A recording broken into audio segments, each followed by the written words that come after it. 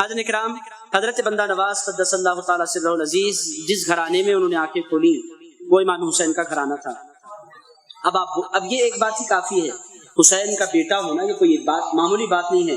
جو لوگ جانتے ہیں امام حسین کون ہیں ان کے لیے تو گردن جھکا دینے کے لیے قیامت تک امام حسین کا نام ہی کافی ہے۔ امام حسین ایک بہت بڑی ذات کا نام ہے، ان کا فیض۔ تو حضرت یسوع دراز بندہ نواز نے اپنی آنکھیں کھولی تو حسینی گھرانے میں انہوں نے آنکھیں کھولی۔ امام حسین کا فیض ان کی رگوں میں تھا، اور اب یقینی طور پر جب امام حسین کا گھرانہ ملا تو اس کی برکتیں انسان کو حاصل ہو جایا کرتی ہیں۔ تو حضرت امام حسین کے گھرانے میں انہوں نے آنکھیں کھولی۔ بچپنا حضرت بندہ نواز کا کہاں گزرا؟ دلی میں گزرا۔ بچپنے کا عالم کیا تھا؟ خود بندہ نواز ارشاد فرماتے ہیں 7 سال کی عمر سے میں نے اپنی پوری زندگی میں کبھی ایک مرتبہ بھی روزہ نہیں چھوڑا، پوری زندگی میں۔ اور پھر ارشاد فرماتے ہیں میں نے اپنی پوری زندگی میں ایک مرتبہ بھی کسی فرض نماز کو قضا نہیں کیا۔ آپ اس بات کو اگر لیں گے، لائٹ لیں گے تو یہ بات آسان نظر آئے گی، اگر آپ غور فرمائیں گے ایک نماز بھی میں نے اپنی زندگی میں قضا نہیں کی، یہ حضرت بندہ نواز یسوع دراز فرماتے ہیں۔ اگر آپ غور فرمائیں تو یہ کوئی معمولی بات نہیں ہے۔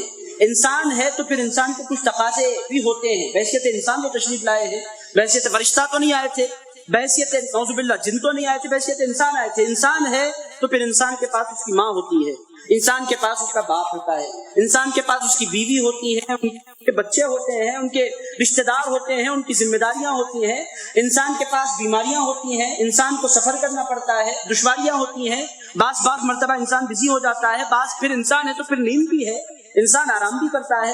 تو ہزاروں ریزنز ہیں جن کے سبب سے کسی نہ کسی کی نمازیں چھوٹ جایا کرتی ہیں، مگر بندہ نواز فرماتے ہیں کہ اللہ گواہ ہے میں نے اپنی پوری زندگی میں کوئی نماز قضا نہیں کی۔ یہ حضرت بندہ نواز ہیں، اور ارشاد فرماتے ہیں میرے بچپن ہی سے میرا عالم کیا تھا، میں چھوٹا تھا مگر اللہ رب العزت نے میرا ادب میرے ساتھیوں کے دلوں میں ڈال دیا تھا۔ میں چھوٹا تھا مگر میرے ساتھ کے جو بچے تھے، کبھی کوئی بچہ میرے آگے نہیں چلا کرتا تھا، تمام کے تمام بچے جو میرے ساتھ میرے دوست ہوتے تھے میرے پیچھے پیچھے چلا کرتے تھے۔ اور ایسا بھی ہوتا تھا کہ میں جب نماز پڑھ لیتا تو پلٹ کر بچوں کی طرف مخاطب ہو کر بیٹھ جاتا تو پورے بچے بیٹھ جاتے، پھر میرا خطاب ہوتا، میں انہیں تلقین فرماتا، نصیحتیں فرماتا، اور وہ ایسے سنتے جیسے بڑے بڑے لوگ سن رہے ہوں۔ اور میں اگر آپ کو بولوں، بڑھ کر میں اگر آپ کو بولوں، وہ بچے جو تھے وہ عام بچے نہیں تھے، ورنہ اگر عام بچے ہوتے تو یہ خصلتیں عام بچوں کی نہیں ہوتی۔ بچے تو ریسلنگ چاہتے ہیں، گن چلانا چاہتے ہیں، لڑنا چاہتے ہیں، فائٹ چاہتے ہیں، بچوں کی طبیعت، بچیاں گڑیاں چاہتی ہیں، کھانا پکانا، یہ کھیل ان کے ہوتے ہیں، کپڑے سینا یہ ان کے کھیل، بچے لڑنا جھگڑنا مارنا پیٹنا یہ بچوں کے شوق ہوتے ہیں۔ مگر وہ بچے حضرت بندہ نواز کی خدمت میں بیٹھنے والے بچے، بڑے باادب بچے، ڈسپلن کے ساتھ وہ بیٹھا کرتے تھے۔ میں اگر بڑھ کر بولوں، میرا جو وجدان کہتا ہے وہ بچے عام بچے نہیں رہے تھے، ان بچوں کو بندہ نواز کی صحبت کے لیے اللہ نے چنا تھا، تو ان بچوں کو بھی اللہ نے ولایت عطا فرما دی تھی۔ حاضرین کرام، نہ صرف بندہ نواز ولی تھے، ان کی خدمت میں بیٹھنے والے وہ بچے بھی بڑے خوش نصیب تھے۔ حضرت بندہ نواز جس گھرانے میں بندہ نواز نے آنکھیں کھولی، حضرت نظام الدین اولیاء محبوب الہی کے نام کی وہاں دھوم تھی، بہت دھوم تھی ان کے نام کی۔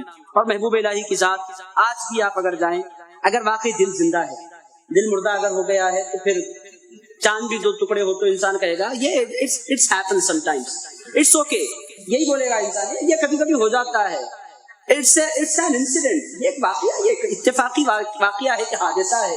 اگر حضرت کرام اگر دل زندہ ہو تو پھر یہ ساری چیزیں۔ حضرت نظام الدین اولیاء محبوب الہی علیہ الرحمہ کا جو آستانہ ہے، ان کی ذات جو محبوب تھی وہ تو تھی ہی۔ اگر آپ دیکھنا چاہتے ہیں محبوب الہی کون ہے، آج دلی جائیے، قاضی اسد ثنائی صاحب یہاں تشریف فرما، ان سے پوچھیے آپ کیسا آستانہ ہے حضرت محبوب الہی علیہ رحمت الرضوان کا۔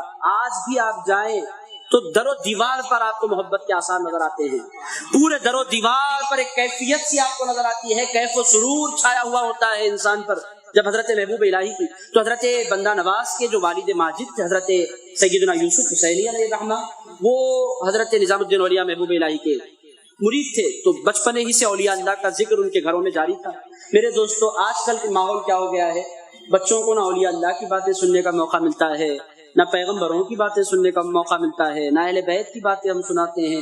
بچپنے سے بچے کے ہاتھ میں ہم سیل فون تھما دیتے ہیں، وہ بچپنے سے گیم کھیلنا سیکھتا ہے، اور پھر اس کے ساتھ ساتھ تھوڑا بڑا ہوتا ہے تو جونی یس پپا، ایٹنگ شوگر نو پپا، یہ چل رہا ہوتا ہے، شوگر کھانا ہے نہیں کھانا ہے، اس پر بچے کے ذہن میں باتیں ڈالی جاتی ہیں، ٹوئنکل ٹوئنکل لٹل اسٹار، اور نہ جانے کیا کیا نظمیں پڑھی جاتی ہیں، جل میں تھوڑا پانی تھا، پانی میں جگ میں پانی تھا، نہ جانے کیا کیا تھا۔ میرے دوستوں، بچوں کے ذہنوں میں یہ باتیں ڈالی جاتی ہیں۔ آپ اگر دیکھیں حضرت بندہ نواز کی اگر آپ سرگزشت سنیں، اگر ان کے احوال سنیں